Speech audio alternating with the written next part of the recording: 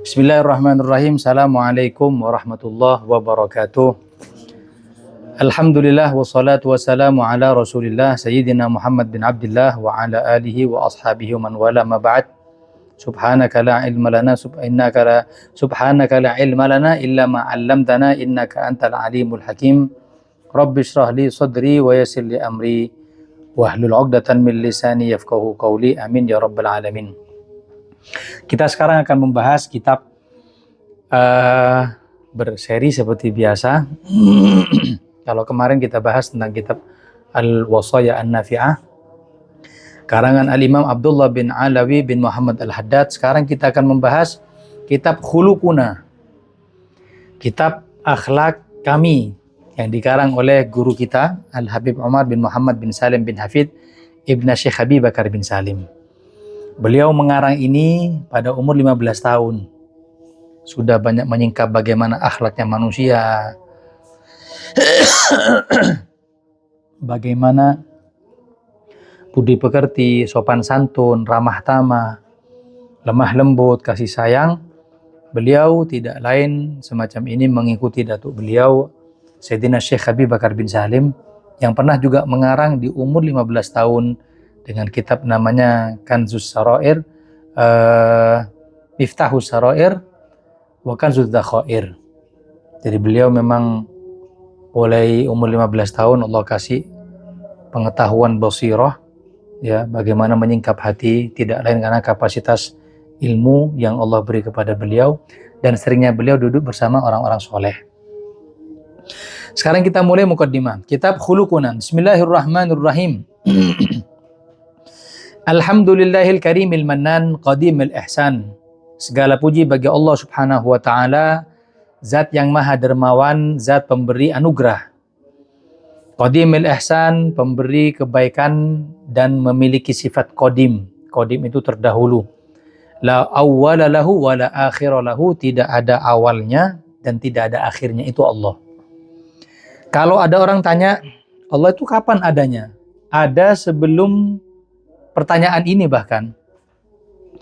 La awwala, tidak ada awalnya dan tidak ada akhirnya. Semua makhluk yang ketika nanti akan lenyap, Allah katakan limanil mulkul yaum. Hari ini siapa yang bertahan? Punya siapa hari ini? Lillahil wahidil qahar. Punyanya Allah, zat yang maha esa, zat yang maha al-qahar, memaksa. Wa asyhadu an la ilaha illallah wahdahu la syarika lah, syahadata 'abdin ad'ana birrububiyyati lahu sidqa. Dan aku bersaksi tiada Tuhan kecuali Allah subhanahu wa ta'ala yang esa, tidak ada sekutu baginya. Syahadat seorang hamba yang mengakui tentang ketuhanan Allah dengan sebenar-benarnya. Waftakhara bil ubudiyyati lahu haqqa, dan merasa bangga diri ini menjadi hambanya dan budaknya. Makanya man arafa nafsahu faqad arafa rabbahu, barang siapa yang mengetahui hakikat dirinya akan mengetahui hakikat Tuhannya. Wa asyhadu anna sayyidana wa nabiyyana wa azimana Muhammadan Rasulullah sahibul khuluqil azim wan nahjul qawim was siratal mustaqim. Dan aku bersaksi aku bersaksi bahwasanya Rasulullah sallallahu alaihi wasallam, nabi kita, junjungan kita, namanya Muhammad, beliau adalah pemilik akhlak yang agung, manhaj yang lurus, begitu juga siratal mustaqim, jalan yang lurus menuju Allah subhanahu wa ta'ala. Da'ana ila haqqin bihaqqin munazzalin alaihi minar rahmani afdalu da'wati. Kata beliau, menukil Imamul Haddad, beliau menukil perkataan Habib Abdullah bin Alawi Al-Haddad. Da'ana, Rasulullah itu mengajak kepada kita, ila haqqin, menuju kebenaran. Bihaqqin munazzalin, dengan hal yang paling benar. Al-Quran yang diturunkan yang paling benar dan menjadi penutup daripada kitab-kitab dan penyempurna dari kitab-kitab sebelumnya. Minar Rahmani afdalu da'wati, kitab yang diturunkan dari Allah dengan sebaik-baik ajakan. Ya. Ajakan Rasulullah kepada umat ini sebagaimana ajakan Allah dalam Al-Quran. Ud'u ila sabili rabbika bil hikmati wal mau'izatil hasanah. Ajak orang-orang tadi itu ke jalan Tuhanmu, bukan ke jalanmu, bukan ke kelompokmu, dengan hikmah, sopan santun, lemah lembut, dan mau'izah hasanah. Ajabna qabilna mud'inina li amrihi sami'na ata'na anhu dan wa basirati. Maka kami sebagai umatnya itu mengijabai, menuruti, patuh dan menerima mud'inina dengan sebenar-benar penerimaan li amrihi terhadap perintah Nabi apa? Sami'na wa ata'na, sam'an wa ta'atan. Siap mendengarkan, taat, semua yang diperintahkan Nabi akan kami lakukan. Anhu dan wa basirati, dengan penuh petunjuk dan pemikiran yang matang. Kemudian ada qasidah atau beberapa satu bait ya yang sering diulang-ulang sama Habib Umar sampai detik ini. Baik itu di ceramah beliau atau di taklim beliau setiap pagi ataupun sore, ini kalamnya Imam Haddad, ucapan Imam Haddad yang mungkin tujuannya sebuah munajat agar kita diberi oleh Allah karunia meninggal husnul khotimah. Kita bisa hafal, alhamdulillah. Setiap beliau doa mesti ditutup dengan doa dengan bait ini. Apa itu? Fa ya rabbi tsabbitna 'alal haqqi wal huda wa ya rabbi aqbitna 'ala khairi millati. Ya Allah, Tuhan kami, tetapkan kami di jalan yang benar dan petunjuk yang mulia ini. Ya Allah, cabutlah nyawa kami di dalam sebaik-baiknya jalan. Ya, karena jalan kan banyak. Umatnya Nabi, umat nanti akan terpecah menjadi 73 golongan. Satu yang selamat, sisanya adalah di neraka. Sedangkan 73 ini bukan berarti terus kita tahu kesalahannya. Enggak, semua remang-remang Mas Ian. Yang ini menurut kita, kacamata kita enggak sesuai dengan syariat. Dia juga mengatakan Ahlus Sunnah wal Jamaah. Mereka menyalahkan kita, mengatakan kita sufiin. Kalau kita mengatakan mereka fulaniyah atau apa, semuanya. Tapi nanti di hadapan Allah, siapa yang menjadi juara dari 73 tadi itu kata Nabi, yang aku dan para sahabatku ada di jalannya. Nah, maka kita minta mudah-mudahan kita dicabut dalam keadaan berada di jalan sebaik-baik jalan, dalam keadaan husnul khotimah.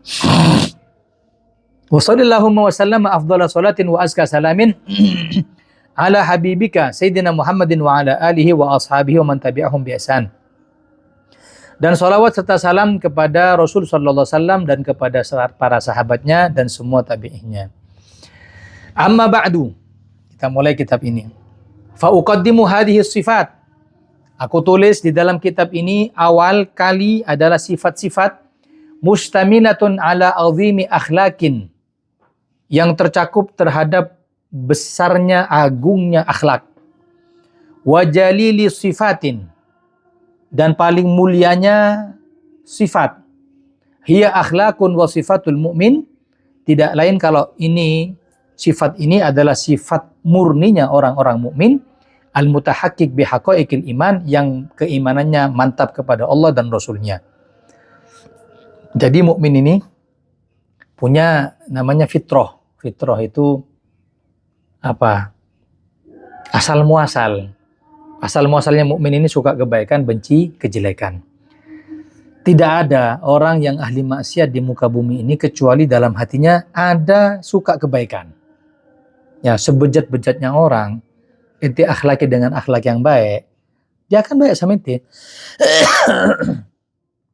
Nah, cuman karena fitrahnya itu adalah suka kepada kebaikan, benci kepada kejelekan, sama setan dan hawa nafsu dirusak. Bagaimana kebalik? Benci kepada kebaikan, suka kepada kejelekan. Lah, musuh ini satu ada di dalam diri namanya nafsu, satunya ada di luar namanya setan. Nafsu nanti terbagi menjadi 4 dan setan terbagi menjadi 2. Setan yang berupa manusia dan setan yang berupa jin, minal jinnati wan nas. Ini Setiap hari amalia kita perang dengan dua ini. Ya. Kalau datang dari luar, setan.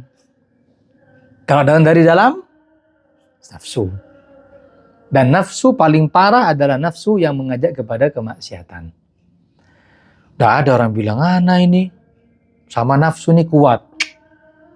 Orang kalau bilang sama nafsu kuat, berarti tidak kuat. Kalau ada orang bilang baik, berarti tidak baik. Nah ini sama godaan setan, insya Allah enggak. Oh, jangankan ente, jangankan kita, Nabi Adam loh. Sudah dibilang sama Allah, wala taqraba hadhihi syajarah. Jangan dekat loh Adam, apalagi makan. Dekat aja jangan. Kena setan. Lewat mana? Lewat Siti Hawa. Ngomong, ini kita nggak boleh dekat, apalagi makan, agar kita ini nggak lama di surga. Kalau kita makan buah khuldi, yang khuldi itu artinya abadi, kita bakal di sini terus makan. Ya, fabadat sawatuhuma wa tafiqa yakhsifani alaihima min warakil jannah. Ketika makan, terus langsung kebuka bajunya. Langsung kebuka bajunya. Yang awalnya bajunya penuh dengan kemewahan, hiasan, surga ini. Ketika melanggar, tes kebuka semuanya. Kemaluan bagaimana beliau menutupi wa tafiqa yakhsifani alaihima min warakil jannah. Diambil, dipetik satu daun dari surga untuk menutupi kemaluannya, menutupi auratnya. Tapi daunnya beda dengan daun di sini. Maksudnya kan tidak cukup. Di sana tidak. Tak jadi pakaian. Ya. Nah, kemudian keluar, diusir oleh Allah, diturunkan ke bumi ini, fatalaqqa Adamu min rabbih fataba alaih. Maka diusir Nabi Adam dari kenikmatan sorga tadi itu, fataba alaih, kemudian beliau tobat kepada Allah. Kisah tobatnya Nabi Adam tidak serta-merta. Dalam riwayat beliau tobat selama 40 tahun. Nggak pernah diterima. Ditolak sama Allah, nggak didengerin sama Allah. Sampai akhirnya Nabi Adam mengatakan, ya Allah, ya Rabb, bijahi Muhammadin sallallahu alaihi wasallam, ya Allah, demi kemuliaan Muhammad, terima tobatku. Maka Allah mengatakan, ya Adam, bagaimana kau tahu kemuliaan Muhammad sedangkan Muhammad belum aku ciptakan? Maka Adam mengatakan, ya Rabb, ketika aku dulu di sorga, aku melihat tidak ada tiang yang bertuliskan lafaz Allah kecuali ada lafaz Muhammad. Dan tidak mungkin nama yang biasa berganding dengan namamu kecuali nama itu adalah mulia di sisimu. Maka aku bertawasul dengan orang yang ini. Aku tidak kenal ini. Karena melihat di tiang-tiang surga, di bawah arsy, Muhammad Rasulullah. La ilaha illallah Muhammad Rasulullah. Maka aku bertawasul agar kau menerima tobatku. Kemudian setelah itu diterima tobatnya Nabi Adam alaihissalam. Pertanyaannya, dengan apa tergelincir? Dengan setan. Ya. Dengan apa? Dengan setan. La ta'budi syaitan. Innahu aduwwun mubin. Jangan menyembah setan. Karena setan itu musuh yang nyata. Wa ni'buduni. Tapi sembahlah aku, kata Allah. Kata ulama, bukan menyembah setan. Tidak mungkin menyembah setan. Tapi menyembah 3 hal. Harta, jabatan, kedudukan. Kalau sudah menyembah ini, menyembah setan. Setan tidak ngajak ke maksiat terus. Setan nggak ngajak kepada hal-hal yang sifatnya membangkang kepada Allah. Enggak. Kadang ngulur-ngulur waktu ya setan.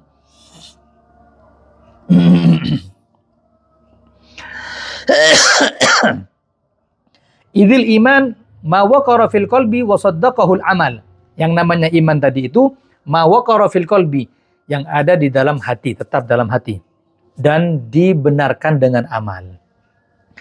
Percaya di hati, kemudian diimplementasikan dengan amal. Ada orang percaya cuma tidak beramal. Tahu tidak kalau Allah itu Tuhan? Tahu. Muhammad adalah utusan? Tahu. Kau tidak sholat? Ya belum. Ya berarti nanti belum iman. Iman itu belum mantap masihan. Tapi kalau nanti bilang iman, apa yang menjadi risalah Nabi Muhammad, nanti kerjakan. Wa huwa takhalla 'anir radha'il, di antaranya yang dikatakan diimplementasikan atau diamalkan di dalam perbuatan adalah bebasnya kita dari sifat-sifat yang jelek. Wa tahalla bil fadail, dan berhias dengan hal-hal yang sifatnya baik. Kitab ini sangat mendasar. Kalau nanti kita baca kitab Ihya, bagaimana Rub'ul Munjiyat, Rub'ul Muhlikat, hal-hal yang mencelakakan, hal-hal yang menyelamatkan, nggak ada benernya orang. Salah kabeh. Iya. Ngomong gini ternyata salah, ngomong gini ternyata, waduh, Masya Allah sudah kitab itu. Tapi tujuannya ya untuk membenahi diri kita. Sampai ketika Ana baca kemarin kitab Imam Sya'roni, namanya Al-Kawkabus Syahik fi bayani muridus shadiq wa ghairus shadiq. Di antaranya apa? Di antara akhlak orang-orang soleh adalah bencinya kepada duniawi ketika usaha mereka mulai naik. Toko kita mulai rame. Ya, kita ngomong apa? Alhamdulillah mulai barokah. Iya. Alhamdulillah ya Allah, sudah mulai kebuka, mulai dulu sepi. Saya alhamdulillah mulai rame. Koyok-koyok digerojok sama Allah. Kata beliau, enggak. Justru orang kalau dititipkan oleh Allah harta, berarti dititipkan sesuatu yang jelek. Harta di mata Allah jelek. Ya enggak? La ya'dulu indallah janaha ba'udah. Tidak sebanding dengan separuh sayap nyamuk. Makanya tidak diregani. Ketika ditimpakan kepada kamu harta, berarti kamu tambah jauh sama Allah. Loh kok bilang barokah? Barokah dari mana? Ini bukan kelas kita, lain kelas kita. Ya wes, gak kerja aja ngene wes. Tobat, besok minta meninggal ngene dibenaan ya. Tapi kita sudah kitab ini sudah cukup sudah. Ya, kalau sudah kitab lebih tinggi, wes. Nggak iso. Salah kabeh. Wa haitsu kana karimul akhlaq fi sumuil manzilah, dan sekiranya akhlak yang mulia itu berada di tingkatan paling tinggi, wa azamati syan, kemuliaan yang sangat besar, antakuna bi'tsatu khatami Rasulillah sallallahu alaihi wasallam innama ja'at li itmamiha wa ikmaliha. Oleh karena itu, karena akhlak itu lebih tinggi, akan menjadi tinggi kedudukan seseorang, maka dari itu termasuk misi diutusnya Nabi adalah untuk menyempurnakan akhlak. Misinya Nabi kan pertama mengesahkan Tuhan. Misinya Nabi kita tulis 1. Misinya Nabi itu apa sih? Mengesahkan Tuhan. Jadi orang-orang jahiliyah itu bukan tidak percaya Allah itu Tuhan, bukan. Tapi mereka menyekutukan. Mereka katakan Tuhan itu Allah Tuhan. Maaf, Lata Tuhan, Uzza Tuhan, Manata Salisata Tuhan, Hubal Tuhan, berhala-berhala yang ada namanya mereka anggap Tuhan. Datang Nabi untuk menyatukan satu Tuhan, yaitu Allah. Misi pertama. Ya. Dan misi para Nabi itu hanya 2. Misi para Nabi hanya 2. Apa itu? 1, mengesahkan Tuhan, yaitu Allah. 2, membawa syariat. Itu misi Nabi. Kalau Rasul SAW, misinya lebih banyak lagi.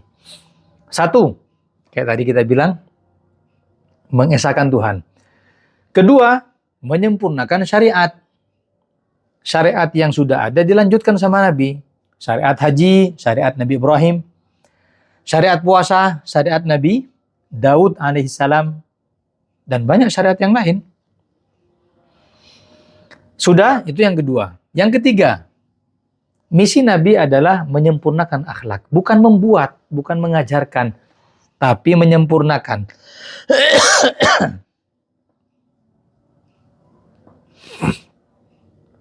Karena gak dipungkiri, akhlak sebelum zaman Nabi sudah ada.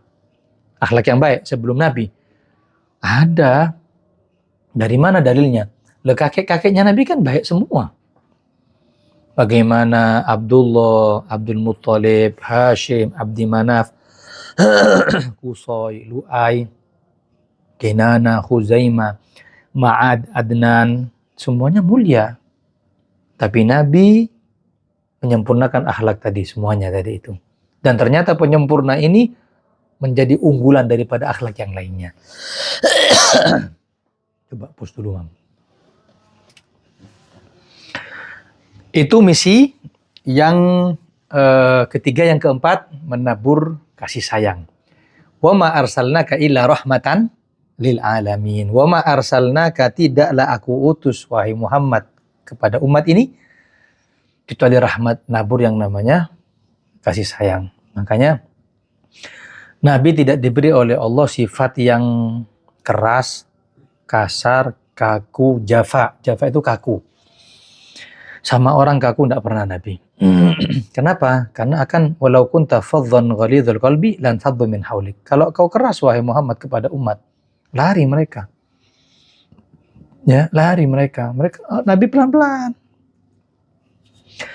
Apa sahabat nggak ada salah? Ada. Ketika sahabat bersalah kepada Nabi, datang. Bukan teguran lah, peringatan dari Allah ya. Dikatakan wa'fu anhum wastaghfir lahum wasyawirhum fil amr. Maafkan kesalahan mereka wahai Muhammad, minta ampunkan lagi untuk mereka wahai Muhammad, dan ajak lagi mereka musyawarah. Oh, kalau kita tak diteni kon, sepisan seumur hidup nggak bakal dipercaya.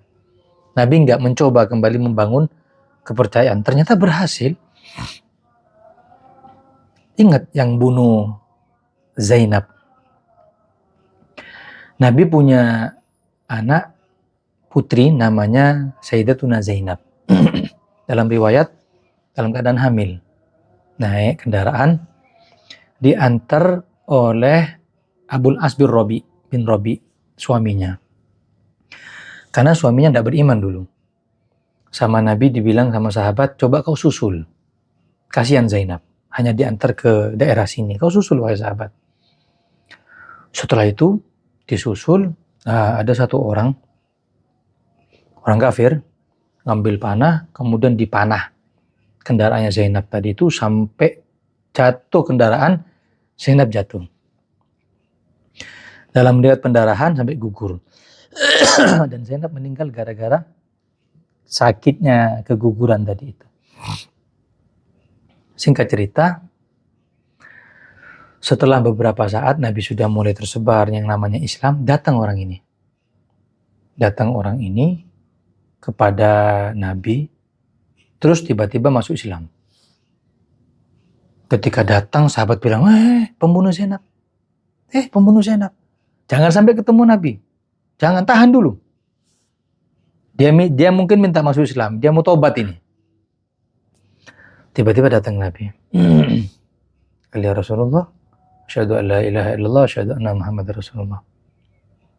Diam Nabi, terus diterima. Ketika diterima, sahabat bilang, ya Rasulullah, ini masuk Islam. Masuk Islam setelah bunuh Zainab. Pembunuhnya Zainab ini Nabi. Kata Nabi tahu. Terus kenapa kau terima? Kata Nabi, sudah.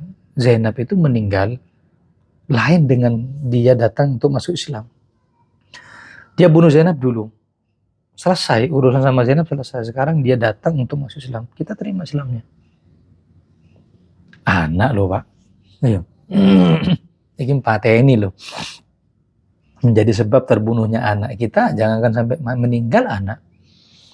Ada masalah di sekolah. Tandangi aja. Iya. Tahu. Sallallahu alaihi wasallam. Wa yaqulu fi haqqiha nabiyya alaihi wa ala alihi wa sallam innama bu'ithu li utammima makarimal akhlaq. Kana min wajibil mu'min ayyahtamma biha ihtimaman id la yatahaqqaq lahu al-ittiba' li nabiyhi wal intiwa' tahta rayati mabda'ihi hatta yatimma ittisafuhu wa tahaqququhu bima bu'itha Rasulullah sallallahu alaihi wasallam. Kata beliau, termasuk daripada kewajiban seorang mukmin adalah mementingkan peneladanan kepada Nabi sallallahu alaihi wasallam sehingga sempurna peneladanan dari sisi sifat, akhlak, perangai, budi pekerti kepada Nabi. Sejauh mana kau bisa mengikuti Nabi, sejauh itu juga kelak kedekatanmu bersama beliau. Kalau kita sering mendengar, sebanyak apa sholawat kalian kepada Nabi, sedekat itu pula posisi kalian kelak di hari kiamat. Ada juga penafsiran mengatakan sejauh apa peneladanan kamu kepada Nabi dari sisi akhlak, sedekat itu pula kau kelak bersama Nabi. Ya. Kenapa wa innaha la asasu rukiyina wa imadu nahdhatina? Karena peneladanan kepada akhlak tadi itu adalah asas kita diangkat oleh Allah dan termasuk daripada fondasi kita naik derajat di mata Allah Subhanahu wa taala. Wa innamal umamul akhlaqu ma baqiyat fa inhum dhahabat akhlaquhum dhahabu. Kata beliau, harganya seorang umat itu, harganya sebuah kaum itu adalah bagaimana budi pekerti mereka. Ketika budi pekerti mereka hilang, maka hilang marwah daripada kelompok atau kaum mereka. Jadi pengen tahu harganya atau berharganya kampung. Ya lihat akhlaknya orang kampung itu. Kalau akhlaknya baik, sak kampung baik. Kalau kita enggak, ya setiap di kampung itu yang dititeni bukan kebaikannya, kejelekannya. Misalnya pindah kontrakan, dek kono itu zona merah apa zona hijau? Ya zona merah berarti banyak anunya, banyak kejelekannya. Berarti menunjukkan akhlaknya tidak baik semua. Jangan tinggal di situ. Terutama ente yang mau berlingkungan, mau ngontrak, mau beli rumah. Dalam sebuah riwayat, al-jar qoblad dar. Lihat lingkungannya baru lihat rumahnya. Sekarang enggak, lihat rumahnya dulu, lingkungan belakangan. Karena kita hidup sekarang nafsi-nafsi. Kayak begitu. Kalian akan terbentuk dari bi'ah, lingkungan. Dari lingkungan itulah kalian baik, dari lingkungan itu juga kalian akan jelek. Waliyadu billah. Wallahu a'lam.